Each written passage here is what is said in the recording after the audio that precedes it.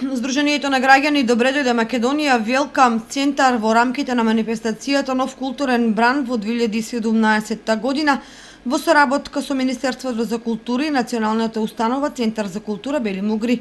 Предводена од ВД директорот Александра Димитрова, работот на реализација на проектот Мозаик соработка со традицијата и современото живење.